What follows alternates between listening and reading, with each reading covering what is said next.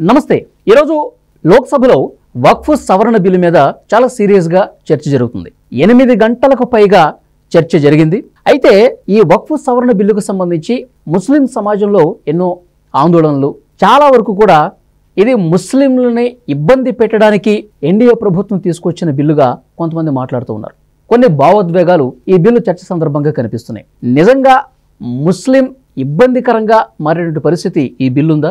ఏ ఉద్దేశంతో కేంద్ర ప్రభుత్వం ఈ సవరణ బిల్లు తీసుకొస్తోంది? దీని గురించి మనం కూలంకషంగా చర్చిద్దాం. ప్రస్తుతం నాతో పాటు ఉన్నారు సీనియర్ జర్నలిస్టు సత్యమూర్తి గారు. వారితో మాట్లాడదాం. సత్యమూర్తి గారు నమస్కారం సార్. నమస్కారం అండి. సత్యమూర్తి గారు, చాలా వరకు మనం ఎప్పుడైతే ఈ జేపీసీ వేయటం కావచ్చు, చాలా డిస్కషన్ జరగటం కావచ్చు, ఫైనల్గా ఇప్పుడు పార్లమెంటు ముందుకు రావటం కావచ్చు, ముస్లిం సమాజం తీవ్రమైన ఆందోళన ఉంది. ముస్లింకి చెందాల్సినటువంటి ఆస్తులు ఇవన్నీ కూడా వాళ్ళని దూరం చేయడం కోసమే ఇది తీసుకొస్తా ఉన్నారని చెప్పి ఒక చర్చ సీరియస్గా జరుగుతుంది. ఆంధ్రప్రదేశ్లో కూడా తెలుగుదేశం పార్టీ కొన్ని కీలక ప్రతిపాదనలు చేసింది. జేపీసీ మీటింగ్లు జరిగినప్పుడే ఏవైతే సవరణలు చేసిందో దాని మీద ఈ చర్చ సందర్భంగా క్వశ్చన్ చేయడం కూడా జరిగింది. నిజంగా ముస్లింలు అంత ఆందోళనకు గురవలసినటువంటి పరిస్థితి ఉందా? నిజంగా వాళ్ళ ఆస్తుల్ని కొలగొట్టడం కోసమే ఈ బిల్లు తీసుకొస్తున్నారా? ఏమంటారు మీరు? ఇది సాధారణంగా సమాజంలో, అంటే మామూలుగా హిందూ సమాజంలో మనం మతం గురించి టచ్ చేస్తే షాక్ కొడుతుంది. ఏ మతం గురించి అయినా అట్లా టచ్ చేస్తే షాక్ కొడుతుంది. కానీ ఇక్కడ ఏంటి అంటే కొన్ని సెటరైట్ చేయాల్సిన విషయాలు ఉన్నాయి. సెటరైట్ చేయాలి. ఎట్లా చేయాలి? చట్ట సవరణ ద్వారా మాత్రమే కొన్ని సెటరైట్ చేయాల్సిన విషయాలు ఉంటాయి. ఎవరి మతంలో ఎవరు జోక్యం చేసుకోలేరు. చేసుకునే ప్రయత్నం ఎంత బలంగా చేసినా అది విఫలమవుతుంది, సఫలం కాదు. మతం అనేది అది చాలా సెంటిమెంట్తో కూడిన వ్యవహారం. ఏ మతం అయినా సరే. ఈ విషయాలన్నీ తెలిసిన ఎన్డీఏ ప్రభుత్వం మతం జోలికి ఎందుకు వెళ్తుంది? ఒక మతానికి లేదా ఒక మత విశ్వాసాలని అనుసరించే వాళ్ళకి నష్టం చేయాలని ఎందుకు అనుకుంటుంది? ఇక్కడ జరుగుతున్న పరిణామం ఏంటి అంటే ఈ వక్ఫ్ ఆస్తులు చాలా వరకు డిస్ప్యూట్లో ఉంటున్నాయి. చాలా వరకు ఎంత డిస్ప్యూట్లో ఉంటున్నాయి అంటే వక్ఫ్ ఆస్తుల కోసం గొడవలు జరగటం, ఆ గొడవలు చాలా విపరీత పరిణామాలకి దారితీయటం, ఇదంతా జరుగుతూ ఉన్నది. ఎక్కువ ఇటువంటి డిస్ప్యూట్స్ ఎక్కువ ఉన్న రాష్ట్రాలు ఆంధ్రప్రదేశ్, తెలంగాణ, కర్ణాటక, ఉత్తరప్రదేశ్. ఈ రాష్ట్రాల్లో వక్ఫ్ ఆస్తుల మీద ఎక్కువ డిస్ప్యూట్స్ రైజ్ అవుతూ ఉన్నాయి. ఈ రాష్ట్రాల్లోనే ఎక్కువ వక్ఫ్ ఆస్తులు ఉన్నాయి, ఎక్కువ ఓపెన్ ల్యాండ్స్ ఉన్నాయి. ఇది వాస్తవం అన్నమాట ఇక్కడ జరుగుతున్నది. ఇప్పుడు ఏదైనా సరే, ఇప్పుడు వక్ఫ్ భూముల గురించి మనం ఇప్పుడు మాట్లాడుకుంటున్నాం, కానీ ఇప్పుడు దేవాలయ భూములు ఉన్నాయి. దేవాలయ భూములు ఎన్ని ఆక్రమణకు గురవుతున్నాయి? ఆక్రమణకు గురవుతూనే ఉన్నాయి. దేవాలయ భూముల్ని ఎవరు ఆక్యుపై చేస్తున్నారు? హిందువులే ఆక్యుపై చేస్తున్నారు. మరి దేవాలయం అంటే మరి హిందువుల సెంటిమెంట్ కదా. హిందువులు ఆక్యుపై చేయటం ఏంటి? తప్పు కదా అని ఎవరన్నా ఆలోచిస్తున్నారా? ఎవ్వరు ఆలోచించట్లా. అట్లాగే వక్ఫ్ ఆస్తుల్ని ఆక్యుపై చేస్తున్నది ముస్లింలే. ఎక్కడో రేర్గా ఎవడన్నా హిందూ గుండా ఎవడన్నా ఉంటే వాడు ఆక్యుపై చేస్తున్నాడు తప్ప వక్ఫ్ ఆస్తులు అన్యాక్రాంతం అవుతున్నది ముస్లిం సమాజంలోనే. ఆ సమాజంలో కూడా బాగా ఇన్ఫ్లుయెన్షియల్ సెక్షన్స్, అంటే ముస్లిముల్లో ఆర్థికంగా బలపడిన వాడే ఆ పని చేస్తూ ఉన్నాడు. అంటే ఇప్పుడు ఉదాహరణకి మీకు చెప్పాలి అంటే, మీకు అక్కడ ఒక మసీదు ఉందనుకోండి. ఆ మసీదు యాజమాన్య కమిటీ ఒకటి ఉంటుంది. ఆ యాజమాన్య కమిటీలో ఎవరైనా సరే ఏదో ఒక స్వార్థంతో, లేదు ఎవరికైనా సహాయం చేయాలన్న ఉద్దేశంతో, సహాయం చేయాలన్న ఉద్దేశం, నేనేదో స్వార్థం కూడా అంటల్లా, ఈ ఏదో పేద ముస్లిము ఇతనికి ఇద్దాము అన్న ఉద్దేశంతో ఆ మసీదుకి ఆనుకొని ఉన్న వక్ఫ్ ల్యాండ్ని అక్కడ ఏదో షాప్ పెట్టుకోమని ఇచ్చి ఉండవచ్చు. అది అతను కబ్జా చేసి ఉండవచ్చు. ఇవన్నీ కూడా నేను కొన్ని ఎగ్జాంపుల్స్ చెప్తున్నాను తప్ప ఇట్లాగే జరుగుతున్నది అని కాదు. సో అది అన్యాక్రాంతం అయిపోయింది. అక్కడ అతన్ని ఖాళీ చేయించటానికి ఎవరు కూడా ముందరికి రారు. ఆ వక్ఫ్ ల్యాండ్ అతని పరం అయిపోయింది. అంటే వక్ఫ్ ల్యాండ్ అనేది మొత్తం ముస్లిం సమాజానికి ఉపయోగపడాల్సిన వక్ఫ్ ల్యాండ్ ఆ ఒక్క ఇండివిజువల్కే ఉపయోగపడుతున్నది. ఇటువంటివి అది భవిష్యత్తులో డిస్ప్యూట్ కింద మారుతుంది. ఇటువంటివి చాలా ఉన్నాయి. చాలా కొన్ని చోట్ల అయితే వక్ఫ్ భూముల్లో ఆ కమిటీ అంతా కూర్చొని ఇక్కడ మనం ఒక షాపింగ్ కాంప్లెక్స్ కడదాము అని ఒక నిర్ణయం తీసుకుంటారు. అక్కడ మదర్సానో లేకపోతే మసీదో లేకపోతే ఏదైనా ఉత్సవం జరుపుకోవటానికో వీటి నిర్వహణకో మనకి తగినంత ఆదాయం రావట్లేదు, మనం ఒక షాపింగ్ కాంప్లెక్స్ కడదాము అని నిర్ణయం తీసుకుంటారు. తీసుకున్న తర్వాత ఆ షాపుల్ని అద్దెకిస్తారు. ఆ షాపుల్ని అద్దెకిచ్చిన తర్వాత అవి మళ్ళీ వాళ్ళు ఖాళీ చేయరు. ఎప్పుడో 100 సంవత్సరాల కిందట ఎవడో తీసుకుంటాడు, 2 రూపాయలకో 3 రూపాయలకో తీసుకుంటాడు. ఇప్పటికీ అదే రెంట్ కంటిన్యూ అవుతుంది. ఇటువంటివి చాలా కేసులు ఉన్నాయి. అంటే ఒక 10 రూపాయల రెంట్ చెల్లిస్తూ వక్ఫ్ స్థలంలో కట్టిన ఆస్తుల్లో తరతరాలుగా షాపులు నడుపుకుంటూ ఉన్నవాళ్ళు చాలామంది ఉన్నారు. ఓకే, అంటే ఏంటి, ఆ మేరకు మరి అక్కడ ఉన్న మసీదుకి ఆదాయం తగ్గినట్టే కదా.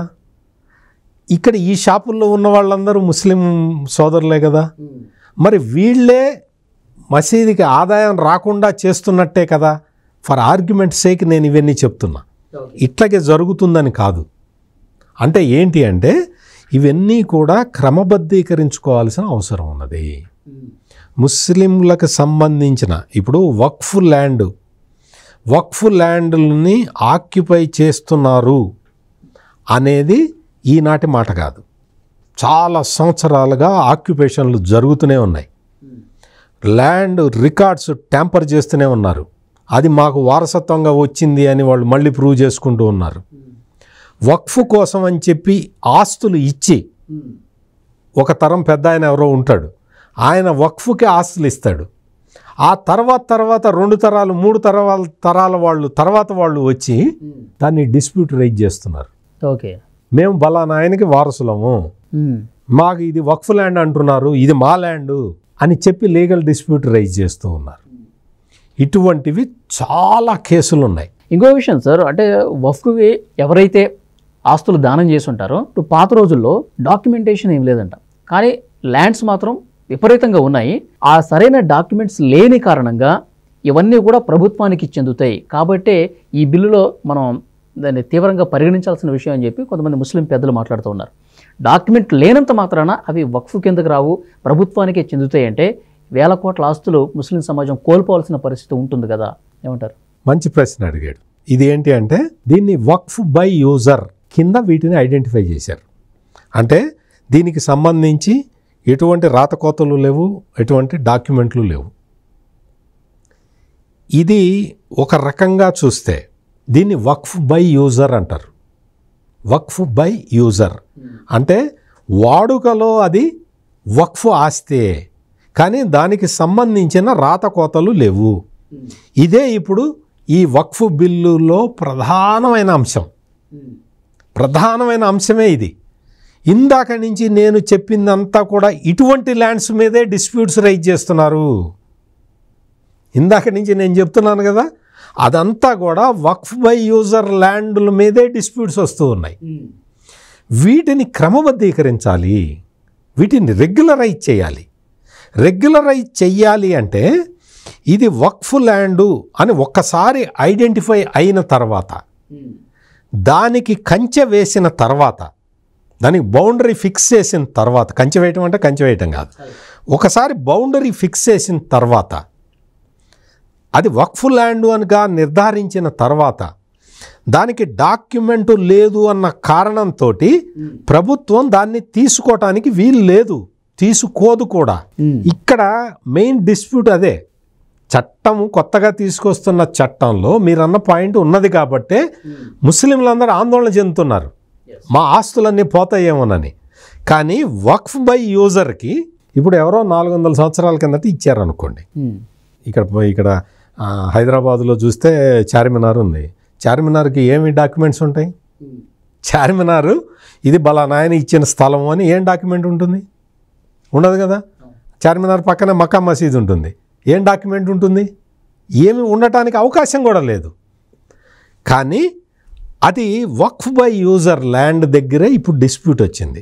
డిస్ప్యూట్ వచ్చినప్పుడు ఇక్కడ ఏం చేసిందంటే కేంద్రం తీసుకొచ్చిన ఈ కొత్త రాబోతున్న చట్టం తీసుకురాబోతున్న ఈ చట్టంలో ఏంటి అంటే ఈ వక్ఫ్ బై యూజర్ ల్యాండ్స్ని అవి వాటికి నిర్ణీత టైం ఫ్రేమ్ పెట్టి ఈ టైం ఫ్రేమ్లో మీరు డాక్యుమెంట్లు చూపిస్తే మీవి అవుతాయి, లేకపోతే గవర్నమెంట్ టేక్ ఓవర్ చేస్తుందని ఏదో అరేంజ్మెంట్ చేశారు. తెలుగుదేశం పార్టీ మేజర్ పార్ట్నర్, ఎన్డీఏలో మేజర్ పార్ట్నర్ కదా, వాళ్ళు ఏం చెప్పారు అంటే ఈ వక్ఫ్ బై యూజర్ ప్రాపర్టీలకి మీరు డెడ్ లైన్ పెట్టడం కరెక్ట్ కాదు, మీరు డెడ్ లైన్ పెట్టద్దు, ఆ డాక్యుమెంట్లు ప్రొడ్యూస్ చేయడానికి లేకపోతే తగిన ఆధారాలు సమర్పించటానికి మీరు గడువు ఇది అని పెట్టడానికి వీల్లేదు, దీన్ని మీరు ఎక్స్టెండ్ చేయాలని చెప్పి తెలుగుదేశం పార్టీ ప్రపోజ్ చేసింది. ఇప్పుడు మామూలుగా ఈ బిల్లు రాగానే లోక్సభలో ప్రవేశపెట్టిన తర్వాత లోక్సభ స్పీకర్గా చేశాడు జిఎంసి బాలయోగి. ఆయన కొడుకు హరీష్ బాలయోగి ఇప్పుడు ప్రజెంట్ ఎంపీ. ఆయన రైజ్ చేసిన పాయింట్ మీదే జేపీసీకి వెళ్ళింది joint parliamentary committee. Joint parliamentary committee ఏంటి అంటే లోక్సభ నుంచి రాజ్యసభ నుంచి కూడా పార్టీల ప్రపోజిషన్లో అందరికీ ప్రాతినిధ్యం కల్పిస్తారు. ఆ ప్రాతినిధ్యం కల్పిస్తే వాళ్ళందరూ కూడా వాళ్ళు కేవలం ఎంపీలని ఎమ్మెల్యేలని కలవటమే కాదు, వాళ్ళు ముస్లిం మత పెద్దలందరినీ కూడా కలిశారు. వాళ్ళ దగ్గర నుంచి రిప్రజెంటేషన్స్ తీసుకున్నారు. తీసుకున్న తర్వాత కొన్ని సవరణలు పెట్టారు. ఆ సవరణల్లో మెయిన్గా వక్ఫ్ బై యూజర్ ప్రాపర్టీలకి సంబంధించి ఈ డాక్యుమెంట్లు పెట్టే గడువుని విపరీతంగా పెంచారు. ఇది తెలుగుదేశం పార్టీ, జేపీసీ వేయించింది తెలుగుదేశం పార్టీనే క్లియర్ కట్గా. ఇంకొకటి ఏంటంటే మీకు ఈ సందర్భంలో అంటే తెలుగుదేశం ఎందుకు చేసింది అనే విషయం కూడా మీకు చెప్పాలి. ఈ వక్ఫ్ బై యూజర్ కానీ లేకపోతే ఇంకా కొన్ని సవరణలు చేసింది జేపీసీ దగ్గర, ఫైట్ చేసింది తెలుగుదేశం పార్టీ. వాళ్ళు చేసినవన్నీ కూడా ఎందుకు చేశారు అంటే ఇంకొక మెయిన్ ఇదేంటంటే వక్ఫ్ బై యూజరే కాకుండా వక్ఫ్ బోర్డులో ఒక నాన్ ముస్లిం ఉండాలి అనేది బిల్లులో ఇంకొక క్లాజ్. ఒక నాన్ ముస్లిం ఉండాలి. నాన్ ముస్లిం ఎందుకు ఉండాలి అనేది ఇప్పుడు ముస్లిం సమాజం అడుగుతున్న ప్రశ్న. దీనికి ఏంటంటే ఇది కట్ చేసి ఇక్కడ పెడదాం. ఆంధ్రప్రదేశ్ విషయానికి వస్తే తెలుగుదేశం ఆధ్వర్యంలో కూటమి ప్రభుత్వం అధికారంలోకి రాగానే వచ్చిన తర్వాత వాళ్ళు ఒక నిర్ణయం తీసుకొని చట్ట సవరణ చేశారు. ఆ చట్ట సవరణ ఏంటో తెలుసా? ఏ మతానికి చెందిన సంస్థల్లో ఆ మతానికి సంబంధించిన వాళ్ళే ఉండాలి అన్న సవరణ చేసేశారు. ఆల్రెడీ చట్ట సవరణ చేసేశారు. అంటే హిందూ ధార్మిక సంస్థల్లో హిందువులే ఉండాలి, ముస్లిం ధార్మిక సంస్థల్లో ముస్లింలే ఉండాలి, క్రైస్తవ ధార్మిక సంఘాల్లో క్రైస్తవులే ఉండాలి, ఇంకా సిక్కులు జైన్లు పార్సీలు ఎవరున్నా కానీ వాళ్ళ ధార్మిక సంస్థల్లో వాళ్ళే ఉండాలి అన్న చట్ట సవరణ ఆంధ్రప్రదేశ్ చేసింది. ఇది దేశంలో ఏ రాష్ట్ర ప్రభుత్వం ఇటువంటి చట్టాన్ని చేయలేదు. అందుకని ఆ చట్టం చేసిన తర్వాత ఇప్పుడు దానికి రివర్స్లో ఉన్న వక్ఫ్ బిల్లుని తెలుగుదేశం పార్టీ ఆమోదించే పరిస్థితి లేదు. అందుకనే ఆ సవరణని తెలుగుదేశం పార్టీ ప్రపోజ్ చేసింది. ఆ సవరణ తెచ్చింది ఎవరు? ఆటోమేటిక్గా ముఖ్యమంత్రి చంద్రబాబు నాయుడు. అంటే ఏ మతానికి సంబంధించిన ధార్మిక సంస్థల్లో ఆ మతానికి సంబంధించిన వాళ్ళే ఉండాలి అన్న నిర్ణయం తీసుకొని చట్ట సవరణ చేసిన చంద్రబాబు నాయుడు కేంద్రంలో వక్ఫ్ బోర్డులో వేరే మతం వాడిని పెట్టాలి అన్నదానికి ఎందుకు ఒప్పుకుంటాడు? ఇది కేంద్రం కూడా సార్ ఎందుకు ఇది పెట్టింది అంటారు? ఈ మెలుగు ఎందుకు పెట్టింది అంటే ఇక్కడ ఏమవుతున్నది అంటే ఈ వక్ఫ్ ల్యాండ్ని ఆక్యుపై చేసిన వాడు, ఇందాక నేనేం చెప్పాను, ముస్లింలే ఆక్యుపై చేశారని చెప్పా. అది పాక్షిక సత్యం. ఇంకొక పాక్షిక అర్ధ సత్యం ఇంకొకటి ఏంటి అంటే హిందువులు కూడా ఆక్యుపై చేశారు కదా. నువ్వు అది చేసినప్పుడు నువ్వు హిందువులు కూడా వక్ఫ్ ల్యాండ్ని ఆక్యుపై చేసి ఉండొచ్చు కదా. ఉన్నారు అందులో మొహమాటం ఏం లేదు, ఆక్యుపై చేశారు. ఓకే, చేసిన తర్వాత నీకు వాడికి చెప్పుకునే వాడి ఆర్గ్యుమెంట్ వాడు ప్రజెంట్ చేసుకునే ఛానల్ లేదు అక్కడ. వక్ఫ్ బోర్డు కూర్చుంటుంది, నిర్ణయం తీసుకుంటుంది, ఒక నిర్ణయం తీసేసుకున్నదంతా ఒక చర్చించిన తర్వాత ఒక నిర్ణయం తీసేసుకుంటారు. అందుకని వేరే మతం వాడు, హిందూ అనే కాదు ఏ మతం వాడైనా సరే వక్ఫ్ ల్యాండ్ని ఆక్యుపై చేశాడు అన్న ఎలిగేషన్ వచ్చినప్పుడు తన వాదనని ప్రజెంట్ చేసుకోవాలన్న ఉద్దేశంతో కేంద్ర ప్రభుత్వం ఇటువంటి క్లాజ్ ఒకటి తెచ్చినట్టుగా కనపడుతున్నది. I'm not sure of it. అటువంటి తెచ్చినట్టుగా కనపడుతున్నది. బట్ ఇట్ ఈస్ అన్ఫెయిర్ అనేది అది ఖచ్చితంగా ముస్లిం సమాజం అయితే చెప్తూ ఉన్నది. ఎందుకు అంటే ఇప్పుడు మీరు ఏదో హిందూ ధార్మిక సమాజం ఏదో టెంపుల్ కమిటీ ఉంది, టెంపుల్ కమిటీలో ముస్లింని వేస్తారా అని అడుగుతున్నారు. వేయరు కదా ముస్లిం టెంపుల్. కొన్ని ఏంటంటే వలి గారు కొన్ని ప్రాంతాల్లో ఉంటుంది. కొన్ని ప్రాంతాల్లో మామూలు దుదేకు సాహిబులు అంటారు, వాళ్ళని టెంపుల్ కమిటీల్లో కూడా వేస్తారు. ఎందుకంటే వాళ్ళు టెంపుల్స్కి వస్తారు. అవి ఎగ్జామ్షన్స్ అవన్నీ మనం అంత డీటెయిల్గా మనం మాట్లాడుకోక్కర్లేదు. కానీ జనరల్గా టెంపుల్ కమిటీల్లో ముస్లింలను వేయరు కదా. మరి వక్ఫ్ బోర్డులో ముస్లిమేతరులను ఎట్లా వేస్తావని ప్రశ్నిస్తున్నారు. ఆ ప్రశ్న దగ్గర ఇప్పుడు ఆగి ఉన్నది. ఈ సవరణకి ఏమన్నా యాక్సెప్ట్ చేసే అవకాశం ఉందంటారు? తెలుగుదేశం పార్టీ సవరించిన 3 అంటే దాదాపుగా 5 సవరణలు వాళ్ళు ప్రపోజ్ చేశారు. వక్ఫ్ బోర్డులో ముస్లిమేతరులని వేయటాన్ని తెలుగుదేశం పార్టీ వ్యతిరేకించింది. దాన్ని జేపీసీ యాక్సెప్ట్ చేయలేదు. ఇప్పుడు పార్లమెంట్లో డిస్కషన్ జరుగుతుంది. జేపీసీ యాక్సెప్ట్ చేయలేదా? జేపీసీ యాక్సెప్ట్ చేయలేదు దాన్ని. జేపీసీ యాక్సెప్ట్ చేయలేదు. ఇప్పుడు లోక్సభలో డిస్కషన్ జరిగిన తర్వాత తెలుగుదేశం సభ్యులు జేపీసీని యాక్సెప్ట్ చేయకపోతే లోక్సభలో ఎట్లా యాక్సెప్ట్ చేస్తారు సార్? జేపీసీ చెప్పింది ఫైనల్ కాదు. JPC only recommendation body. అన్ని పరిశీలించి పార్లమెంటు అన్ని వర్గాల వాళ్ళతో కలవలేదు కదా, అందుకని జేపీసీని వేశారు. ఓకే. సో జేపీసీ నిర్ణయం ఫైనల్ కాదు.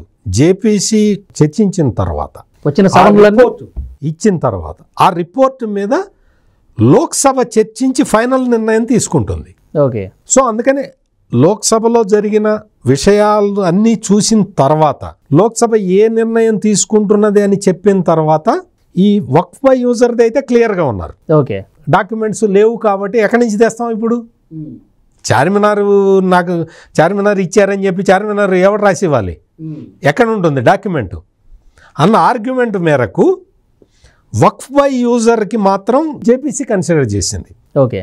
ఇది అంటే నాన్ ముస్లింని అంటే ముస్లిమేతరుణ్ణి అందులో వేయటాన్ని అది జేపీసీ యాక్సెప్ట్ చేసినట్టు లేదు. దాన్ని పార్లమెంట్లో డిస్కస్ చేసిన తర్వాత లోక్సభలో చర్చ జరుగుతుంది సార్. జేపీసీ చాలా సవరణలు జేపీసీ ముందు పెట్టారు. జేపీసీ కొన్ని యాక్సెప్ట్ చేసింది, కొన్ని యాక్సెప్ట్ చేయలేదు. ఇప్పుడు లోక్సభలో చర్చ జరుగుతుంది. ఇప్పుడు లోక్సభలో ఈ చర్చ సందర్భంగా మేము మరికొన్ని సవరణలు చేస్తున్నామని చెప్పి దేనికి చేస్తున్నామని కూడా వివరిస్తారుగా సభలో యాక్సెప్ట్ చేసి. అందుకే కదా సభ జరుగుతున్నది. ఇంకొకటి ఏంటంటే వలి గారు, ఇప్పుడు ఈ వక్ఫ్ బోర్డు సవరణ చట్టాన్ని బిల్లుని మొత్తం దేశవ్యాప్తంగా ఉన్న ప్రజలతోటి, ప్రజా సంఘాలతోటి, మత సంఘాలతోటి వీళ్ళందరితోటి చర్చించి తప్ప ఇంప్లిమెంట్ చేయలేని చట్టం ఇది.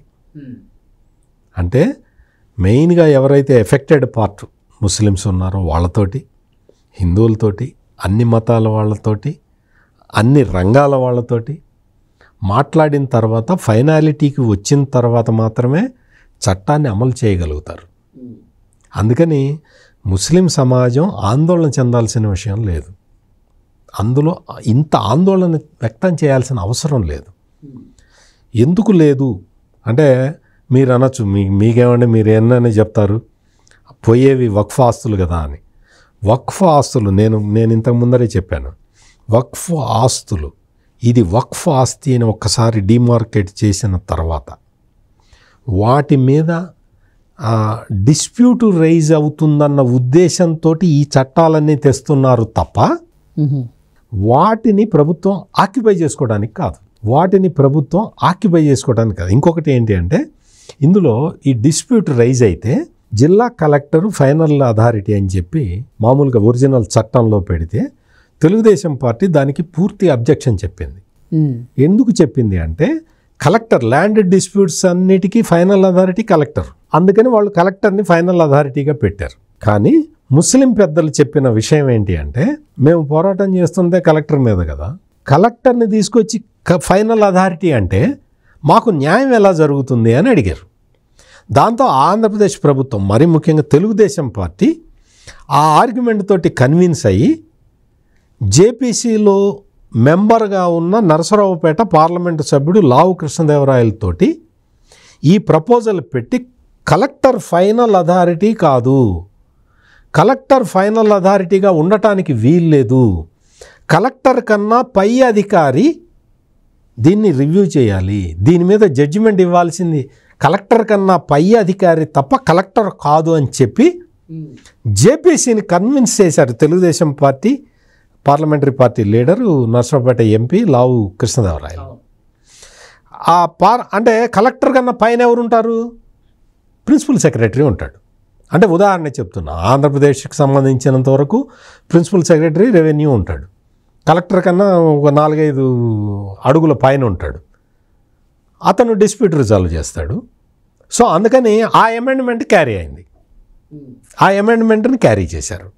ఇక్కడ మనం గమనించాల్సింది ఏంటి అంటే, ఇంకొకటి తెలుగుదేశం పార్టీ ఇంకొకటి అడుగుతున్నది ఇప్పుడు పార్లమెంటులో కూడా మేజర్ చర్చ అటువైపే తీసుకెళ్తూ ఉన్నది తెలుగుదేశం పార్టీ. ఏంటి అంటే, నువ్వు వక్ఫ్ చట్టాన్ని సవరించు, దాన్ని ఇంప్లిమెంట్ చేసే బాధ్యత రాష్ట్ర ప్రభుత్వానికి ఇవ్వు అని అడుగుతున్నది. అంటే రాష్ట్ర ప్రభుత్వానికి దాన్ని ఇంప్లిమెంట్ చేసే బాధ్యత ఇస్తే ఏమవుతుంది అంటే, ప్రతి రాష్ట్రానికి డిఫరెంట్ కండిషన్స్ ఉంటాయి. నేను ఇందాక చెప్పాను కదా, ఆంధ్రప్రదేశ్, తెలంగాణ, కర్ణాటక, ఉత్తరప్రదేశ్లో వక్ఫ్ ల్యాండ్స్ మీద ఎక్కువ డిస్ప్యూట్స్ ఉన్నాయి, ఎక్కువ ఓపెన్ ల్యాండ్స్ ఉన్నది కూడా ఈ రాష్ట్రాల్లోనే. మిగిలిన రాష్ట్రాలకి ఇంత ప్రెషర్ లేకపోవచ్చు, అందుకని వాళ్ళు ఇన్ని జాగ్రత్తలు తీసుకోవాల్సిన అవసరం వాళ్ళకి లేకపోవచ్చు. అందుకని ఏ రాష్ట్రానికి ఆ రాష్ట్రం నిర్ణయం తీసుకొని ఇంప్లిమెంట్ చేసే విధంగా వెసులుబాటు కల్పించండి అని చెప్పి తెలుగుదేశం కేంద్ర ప్రభుత్వాన్ని అడుగుతున్నది. పార్లమెంటులో అదే అడిగింది. అంటే ఎందుకు ఇవన్నీ మనం ఇంత సార్, ఇప్పుడు ఏ రాష్ట్రానికి ఆ రాష్ట్రం ఉంటే ఒక రాష్ట్రంలో ఒక రకంగా జరుగుతుంది బోర్డు, ఒక రాష్ట్రంలో ఒక రకంగా ఉంటుంది. అంటే అట్లా ఉండదు, మౌలిక స్వరూపానికి ఏమన్నా ఇబ్బంది అట్లే ఉండదు. ఇప్పుడు మీకు సింపుల్గా మీకు అర్థమయ్యేలాగా చెప్పాలి అంటే, సమాచార హక్కు చట్టం ఉంది, సమాచార హక్కు చట్టం ఒకటే కదా, ఆ చట్టాన్ని రాష్ట్ర ప్రభుత్వాలు వాళ్ళ సౌకర్యాల మేరకు అమలు చేసుకుంటున్నాయి కదా, అట్లాగే ఉంటుంది. అందుకని డిస్ప్యూట్ ఏం కాదు. ఇంకొకటి, మనం అంటే మామూలుగా మనం ఈ కమ్యూనల్ విషయాలు మనం వాటి జోలికి వెళ్లకుండా, అంటే ముస్లింల సెంటిమెంట్ల జోలికి వెళ్లకుండా మామూలుగా ఆలోచిస్తే, అంటే సాధారణ మనుషుల్లాగా మనం ఆలోచిస్తే, ఈ వక్ఫ్ ల్యాండ్స్ పేదవాడికి ఉపయోగపడుతున్నాయా, ముస్లిం పేదలకి వక్ఫ్ ల్యాండ్స్ ఉపయోగపడుతున్నాయా? ఇది ప్రధానమైన ప్రశ్న. మనలాంటి వాళ్ళు చర్చించుకోవాల్సింది ఈ పాయింట్ మీద. వక్ఫ్ ల్యాండ్స్ని కొంతమంది ధనవంతులైన ముస్లింలు, వాళ్ళ చేతులు బలవంతులు, ధనవంతులు, వాళ్ళు కమాండ్ చేస్తున్నారు అనేది ఇప్పుడు ప్రధానమైన. అసలు ఏ లక్ష్యం కోసం అయితే వాళ్ళు దానాలు చేశారో అది నెరవేరట్లా. ఎగ్జాక్ట్లీ. ఇప్పుడు చాలామంది ఈ వక్ఫ్ ల్యాండ్ల ఆధారంగా మదర్సాలు నడుపుతూ ఉంటారు, అందులో ఏదీ లేదు. కానీ చాలా చోట్ల వాటి వచ్చిన ఆదాయాన్ని సక్రమంగా వాడుతున్నారా లేదా అనేది ప్రధానమైన ప్రశ్న. ఇది ఆ బిల్లులో లేదు, ఇది లేదు. ముస్లింలని వాళ్ళని రెచ్చగొట్టడానికి మాట్లాడే మాట కాదు. ఎవరైతే ముస్లింలు అంటే కొంచెం ధనవంతులైన ముస్లింలు వివిధ కారణాలతోటి వక్ఫ్కి డొనేట్ చేస్తారో, ఎందుకు డొనేట్ చేస్తారు? ఆ వర్గాలలో ఉన్న పేదవాళ్ళకి ఉపయోగపడే విధంగా వాళ్ళు డొనేట్ చేస్తారు. ఆ పర్పస్ సర్వ్ అవుతున్నదా లేదా అనేది ముస్లిం సోదరులందరూ కూడా ఆలోచించుకోవాల్సిన విషయం. మన భారతదేశంలోనే 1,00,000 కోట్ల ఆస్తులు ఉన్నాయండి సార్, వక్ఫ్ ఆస్తులు. ఏ ఇతర ముస్లిం కంట్రీల్లో కూడా ఇంత పెద్ద మొత్తం ఆస్తులు లేవు, ఓన్లీ భారతదేశంలో మాత్రం. అంతే కదా. ఇప్పుడు మామూలు పెద్ద ముస్లిం కంట్రీల్లో కూడా మనకున్న మన ఇండియాలో ఉన్న ముస్లిం పాపులేషన్ అంత పాపులేషన్ ఏ ముస్లిం కంట్రీలో కూడా లేదు. అందుకనే చెప్తున్నాను, ఇప్పుడు ఈ వక్ఫ్ సవరణ బిల్లుని తీసుకురావటం అనేది కేంద్ర ప్రభుత్వం ఎందుకు తెస్తున్నది? అదేదో ముస్లింలకి వ్యతిరేకంగా తెస్తున్న చట్టం కాదు. ముస్లిం సమాజం ఎట్లా చూస్తుంటే భారతీయ జనతా పార్టీ ముస్లింలకు వ్యతిరేకంగా, ముస్లింలను దగా చేయడం కోసమే ఆ పార్టీ వ్యవహరిస్తుంది కాబట్టి మనకు వ్యతిరేకంగా తీసుకొస్తుంది. ఇదే ఆలోచనతో ఉంటారు. ఇప్పుడు మీకు అంతకు ముందర కూడా మీకు అంటే దీంతో సంబంధం లేదు కానీ ఇంకొక 2 విషయాలు చెప్తాను మీకు. ఇప్పుడు తలాక్ బిల్లు తీసుకొచ్చినప్పుడు కూడా ఇటువంటి ఇదే వచ్చింది, కానీ ముస్లిం మహిళలందరూ కూడా సపోర్ట్ చేశారు. ఎందుకు? వాళ్ళకి భరణం కూడా రాకుండా వాళ్ళకి మ్యారేజ్ బ్రేక్ అయిపోయిన తర్వాత వాళ్ళ జీవితం ఎట్లా సాగాలి అనే దాన్ని మరి స్వతంత్ర భారతదేశంలో ఏ పార్టీ అడ్రస్ చేయలేదు కదా. భారతీయ జనతా పార్టీ అధికారంలోకి వచ్చిన తర్వాత ఆ సమస్యని అడ్రస్ చేసింది. ఇది చాలామందికి బాధ కలిగించి ఉండొచ్చు, చాలామంది ముస్లింలకి బాధ కలిగించి ఉండొచ్చు, కానీ ఆ సంస్కరణని మనం క్యారీ ఫార్వర్డ్ చేసుకోవాల్సిన అవసరం ఉంటుంది. అంటే గత ప్రభుత్వాలు ఎప్పుడు కూడా మతపరమైనటువంటి వాళ్ళు సొంత చట్టాల జోలికి మనకి ఎందుకులే అని చెప్పి వాళ్ళు లైట్ తీసుకున్నారు. కానీ ఒక మహిళకి మేలు జరిగేలాగా అంటే కొంచెం లా ఆఫ్ ది ల్యాండ్ ఉండాలి అన్న ఉద్దేశంతో ఒక రకంగా రిస్క్ తీసుకున్నట్టే. అంటే ఇంకొంతమంది చెప్పేది ఏంటంటే సార్, ఇదే రకమైనటువంటి పరిస్థితి వేరే మతంలో ఉంటే భారతీయ జనతా పార్టీ ఇంత యాక్టివ్గా దాన్ని తీసుకొచ్చేదా? అట్లా అంటే అట్లా ఫోకస్ అంతా ఈ వర్గం మీదే ఉంది కాబట్టి ఇలాంటి వాళ్ళు కొంత ఉత్సాహంగా చేస్తారు. చాలా సంస్కరణలు తీసుకొచ్చారు కదా, చాలా సంస్కరణల్లో ఎఫెక్ట్ అయిన వాళ్ళు హిందువులు కూడా ఉన్నారు కదా చాలా చోట్ల. ఒకటి కాదు, అంటే దీన్ని ఫోకస్ చేస్తూ ఉన్నారు. ఫోకస్ లైట్ ఈ ప్రాబ్లం మీద వేస్తున్నారు కాబట్టి మనందరికి కనపడుతూ ఉన్నది. కానీ బీజేపీ చాలా రకరకాల నిర్ణయాలు కూడా తీసుకుంటున్నారు కదా.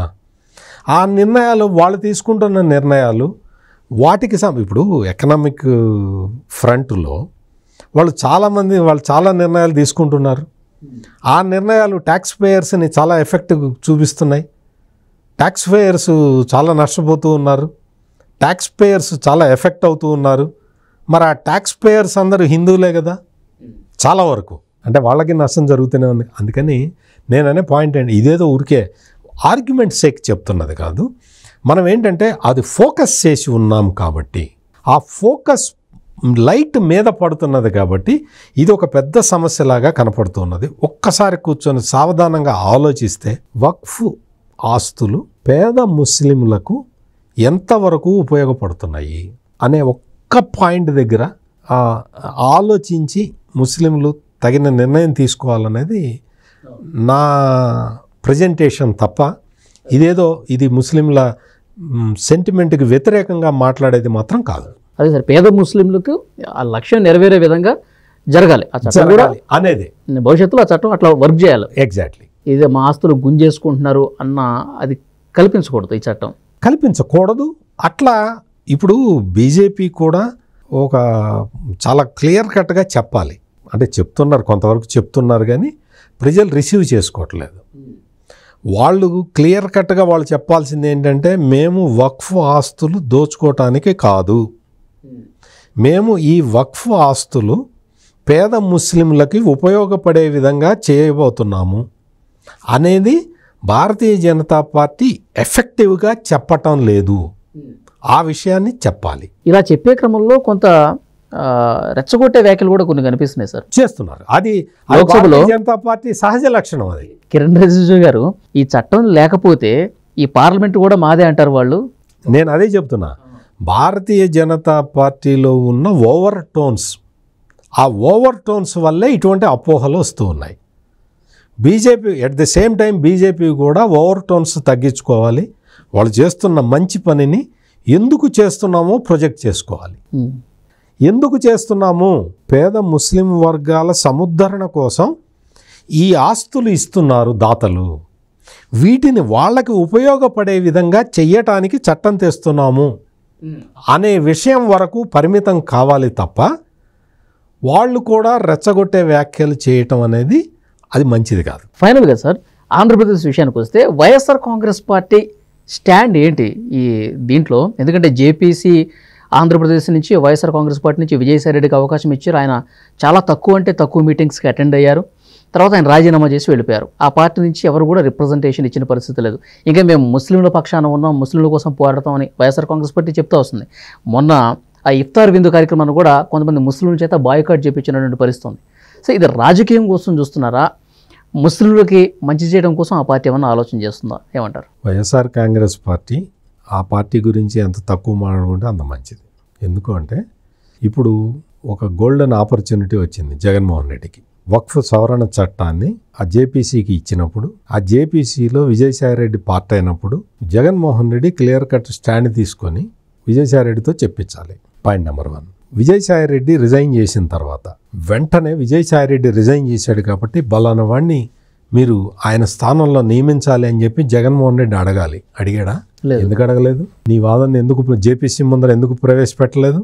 జేపీసీ బలానా రాజ్యసభ సభ్యుడు రాజీనామా చేశాడు అంటే ఇంకో రాజ్యసభ సభ్యుడిని అదే పార్టీకి సంబంధించిన వాడిని తీసుకోదా? గతంలో ప్యానల్ స్పీకర్గా పెట్టావు కదా విజయసాయిరెడ్డిని. వాళ్ళు ఏదో వేరే రఘురామకృష్ణరాజు పేరు పెడితే, అప్పట్లో రఘురామకృష్ణరాజు ఎంపీగా ఉన్నాడు. రఘురామకృష్ణరాజుని తీసుకుందామని బీజేపీ ప్రపోజల్ పెడితే రఘురామకృష్ణరాజు కాదు విజయసాయిరెడ్డిని పెట్టాలని విజయసాయిరెడ్డిని బలవంతంగా ప్యానల్ స్పీకర్గా పెట్టించుకున్నావు కదా. మరి జేపీసీలో ఎందుకు చేయలే? జగన్మోహన్ రెడ్డి డబుల్ స్టాండర్డ్స్ తోటి గేమ్స్ ఆడుతున్నాడు. అదేవిధంగా ఈ ముస్లిం కాజ్ని రాజకీయంగా వాడుకోవటానికి విపరీతమైన ప్రయత్నం చేస్తూ ఉన్నాడు. ఆ ప్రయత్నం చేయటంలో భాగంగా ద్వంద్వ ప్రమాణాలు పాటిస్తున్నాడు. 2 నాలికల ధోరణి అవలంబిస్తున్నాడు. కేంద్రంలో బీజేపీ తోటి ఫైట్ చేయటానికి భయం. రాష్ట్రంలో వచ్చి ఇదంతా చంద్రబాబు నాయుడు చేస్తున్నాడని చెప్పి చెప్తాడు. చేస్తున్నది ఎవరు? కేంద్రమా రాష్ట్రమా? కేంద్రం. వక్ఫ్ సవరణ బిల్లుని తెస్తున్నది కేంద్రమా రాష్ట్రమా? నువ్వు చంద్రబాబు నాయుడిని టార్గెట్ చేస్తున్నావు. బీజేపీ గురించి మాట్లాడటానికి భయపడుతున్నావు. బీజేపీ గురించి మాట్లాడాలంటే భయం, వణుకు నీకు. గతంలో చాలా బిల్లులకి ఆయన బాహాటంగా మద్దతు తెలిపాడు, ఎన్డీఏలో లేకపోయినా జగన్మోహన్ రెడ్డి గారు. ఇప్పుడు ఈ కీలక బిల్లు సమయంలో కనీసం మాట్లాడట్లేదు ఆయన. మాట్లాడాడు. ఇప్పుడు సిఏఏ కంటే ప్రమాదం అయిందా ఇది? దానికి సపోర్ట్ చేశాడు కదా జగన్మోహన్ రెడ్డి. అవును. మరి అందుకని నేను అనేది ఏంటంటే రాజకీయాలని పక్కన పెట్టి ఆలోచించాల్సిన సమయం ఆసన్నమైంది. జగన్మోహన్ రెడ్డి ఇంకా అంటే ఫిషింగ్ ఇన్ ట్రబుల్డ్ వాటర్ అంటారు. మరి ఫిషింగ్ ఇన్ ట్రబుల్డ్ వాటర్లో నేను బతుకుతాను అంటే అది కలకాలం నిలబడదు. ఓకే. ఇప్పుడు జరిగే పరిణామాలు అట్లాగా ఉన్నాయి. నీకు పాస్టర్ ప్రవీణ్ మర్డర్ జరిగింది అంటే క్రైస్తవులను రెచ్చగొట్టు, వక్ఫ్ బిల్లు వస్తున్నది అంటే ముస్లింలను రెచ్చగొట్టు, ఎంతమందిని రెచ్చగొడతావు? ఇదే రాజకీయం అంటే. సో అందుకని మనం ఈ సందర్భంగా జగన్మోహన్ రెడ్డి గురించి ఎంత తక్కువ మాట్లాడుకుంటే అంత మంచిది. జగన్మోహన్ రెడ్డి అసలు ఈ వక్ఫ్ బిల్లు గురించి కసరత్తే చేయలే. మీకు ఇంకొక సీక్రెట్ చెప్తా. వైసీపీ నాయకుడు ఒక ఆయన ఉన్నాడు, ఆయన పేరు నేను కావాలనే చెప్పట్లేదు. ఆయన ఈ వక్ఫ్ చట్టం గురించి చాలా రీసెర్చ్ చేసి ఆయన జేపీసీకి వెళ్ళి మెమరాండం ఇచ్చొచ్చాడు. జేపీసీ తోటి 2-3 సందర్భాల్లో కలిశాడు. వాళ్ళకి తన వాదనను వినిపించాడు. ఈ జగన్మోహన్ రెడ్డి ఆ ముస్లిం నాయకుడిని ఓన్ కూడా చేసుకోలేదు. ఆయన ఇచ్చిన రికమెండేషన్స్ని మా పార్టీ ఇచ్చింది అని కూడా చెప్పలేదు ఈ జగన్మోహన్ రెడ్డి. ఇది జగన్మోహన్ రెడ్డి రాజకీయం. ముస్లిం సోదరులందరూ ఇప్పుడు నేను చెప్పాను కదా, ఒక ఆఫీసరు, కావాలంటే ఆయన పేరు కూడా చెప్తా, కానీ ఆఫీసరు కమ్ పొలిటీషియన్, నేను ఆయన పేరు కావాలని చెప్పదలుచుకోలే. ఆయన చాలా శ్రమించి పరిశోధించి వక్ఫ్ చట్టాన్ని అవగతం చేసుకొని దానికి ఎటువంటి సవరణలు చేయాలి, బిల్లు ఎట్లా ఉన్నది, దానికి మంచి చెడ్డలేంటి అని అవన్నీ చూసి జేపీసీకి రికమెండేషన్స్ ఇస్తే కనీసం జగన్మోహన్ రెడ్డి ఆ రికమెండేషన్లే మావి అని కూడా చెప్పలేదు. అందుకని జగన్మోహన్ రెడ్డి అతనికి ముస్లిం సమాజం పట్ల ప్రేమ లేదు, క్రైస్తవ సమాజం పట్ల ఆపేక్ష లేదు. అతనికి కావాల్సింది ఓట్లు. చూద్దాం సార్, ఈ బిల్లు సందర్భంగా ఎవరి రంగు ఏంటో కూడా బయటపడిన పరిస్థితి ఉంది. సో లోక్సభలో సీరియస్గా చర్చ జరుగుతుంది. బిల్లు పాస్ అయిన తర్వాత రాజకీయ పక్షాలు ఏ విధంగా స్పందిస్తే ఆ తర్వాత మళ్ళీ ఒకసారి మనం మాట్లాడదాం. Thank you very much sir. నమస్కారం. ఈ వీడియో మీద తప్పకుండా మీ అభిప్రాయాలు కామెంట్ రూపంలో తెలియజేయండి. వీడియోని లైక్ చేయండి. Please subscribe my channel. Thank you very much.